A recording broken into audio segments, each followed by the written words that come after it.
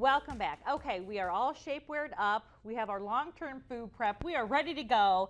Now it's time for the holidays, right? Sometimes you have to prepare for the holidays like it's a natural disaster, you know what I mean? That's for sure, yeah. Okay, so Cassie Egley, your business is getting people ready for dinner, getting people ready for events.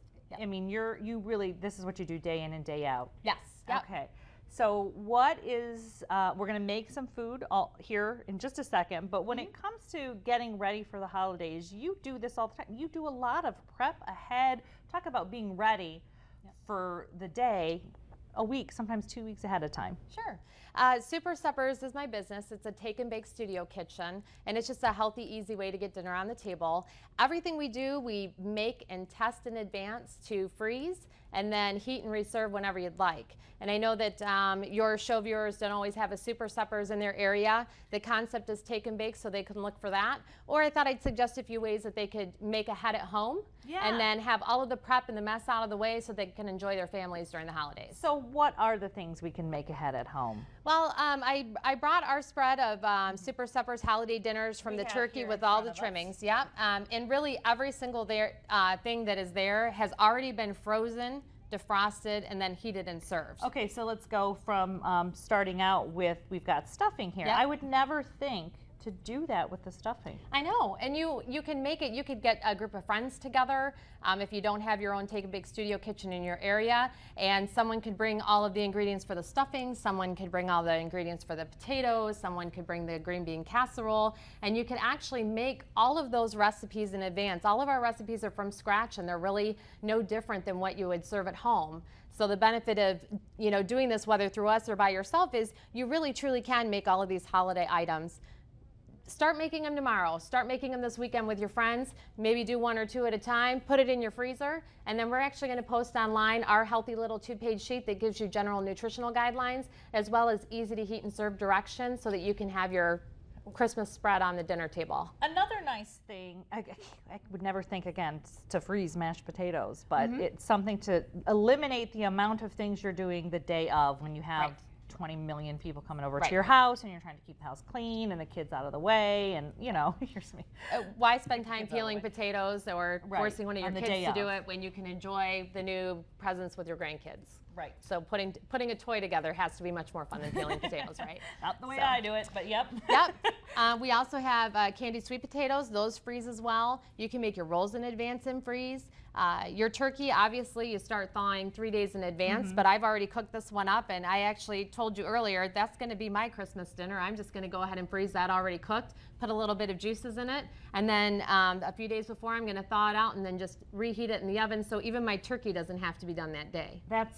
That would free up a lot of energy and time that you spent. Now, the other really great idea that you had were kind of in relation to when you have, this is stressful to me, is when you have a guest that's got a dietary concern, whether, we were talking a little bit about celiac disease. Right. You had a great idea for pumpkin pie, which was you make your pumpkin pie, and then what do you do? Actually, I had a gentleman come in, and he had a wife with a broken arm, a dairy allergy, and a gluten allergy. So Walks into a bar. Yeah, and he didn't know how to cook, so he bought our take and bake meals, and I was giving him suggestions like our pumpkin pie.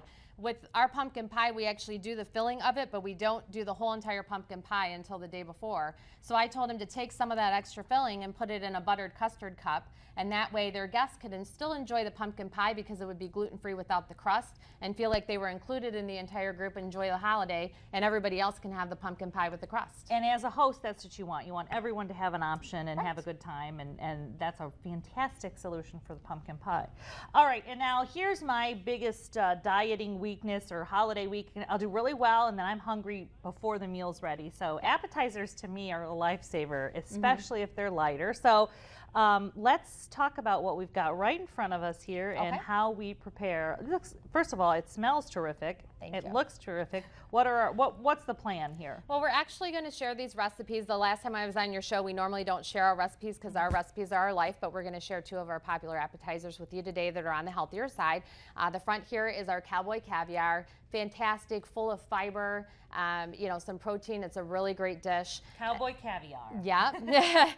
Really popular down in in Texas. So, and then this is our olive tapenade dish. And the olive tapenade doesn't only have olives in it. It has feta cheese. It has red peppers. It has some olive oil. It has a little bit of herbs and seasonings. And they're both really light dishes. Yes. So. This cowboy caviar, the reason I chose that to share your recipe is that it's only 3 Weight Watchers points for a half a cup.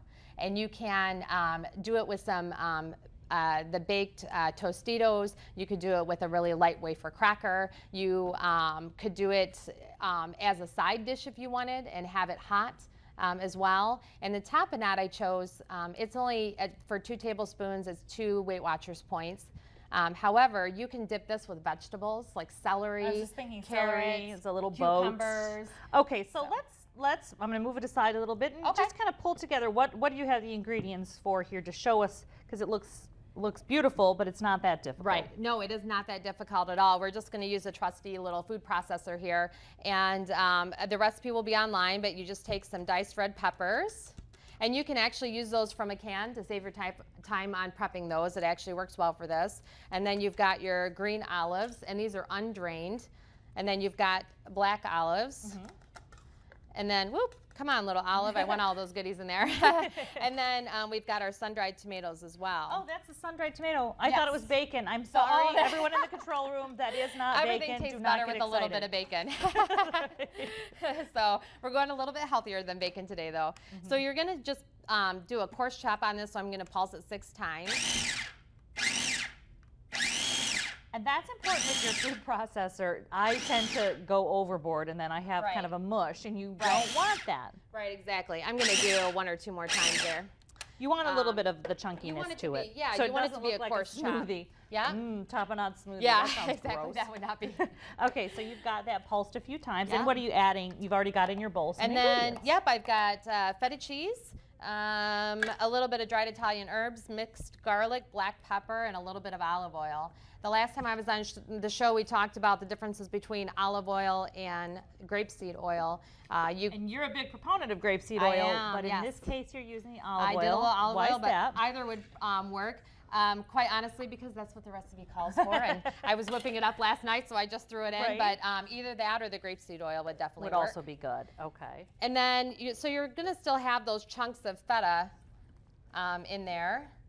So it just gives it a nice texture. And this is also fantastic as a really nice thin and healthy way to dress up maybe a lean hamburger or a turkey burger or a garden burger as a spread on top of it. Ground turkey? Actually, I do it as a spread on top afterwards. And it's also fantastic to put over fish before you bake fish. So it gives it a little bit of a Mediterranean flair, and you're getting all the healthy fats from all of the olives in there.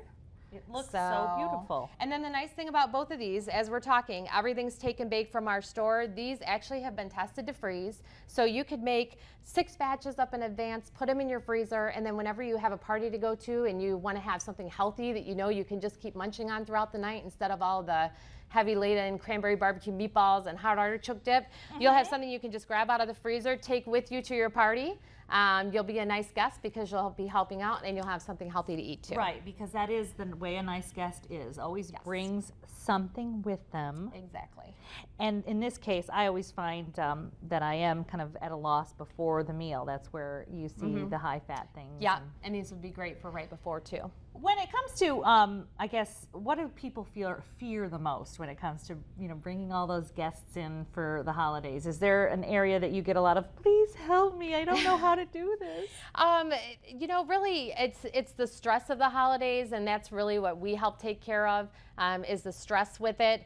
If you've never really baked before, if you have everything in advance, you use our little tip sheet online, whether you're using Super Suppers or doing it yourself, everything will come out at the same time. Everything will be fresh and ready to go. I think it's more the staging of it and trying to still have fun with your guests, but then taking care of everything in the kitchen.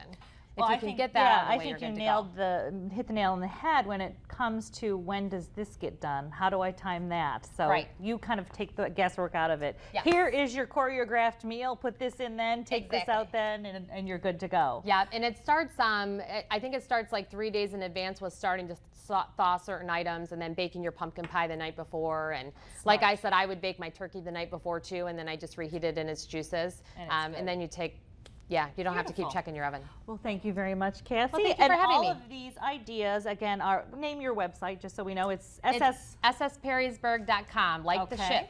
Though And there is we no will ship. put that on our website, ranierfullplate.tv, also on our Facebook page. Thanks so much for watching. We hope you have a happy, doom-free holiday, no matter how you categorize doom. We're glad you're here. Stay with us for next week's episode.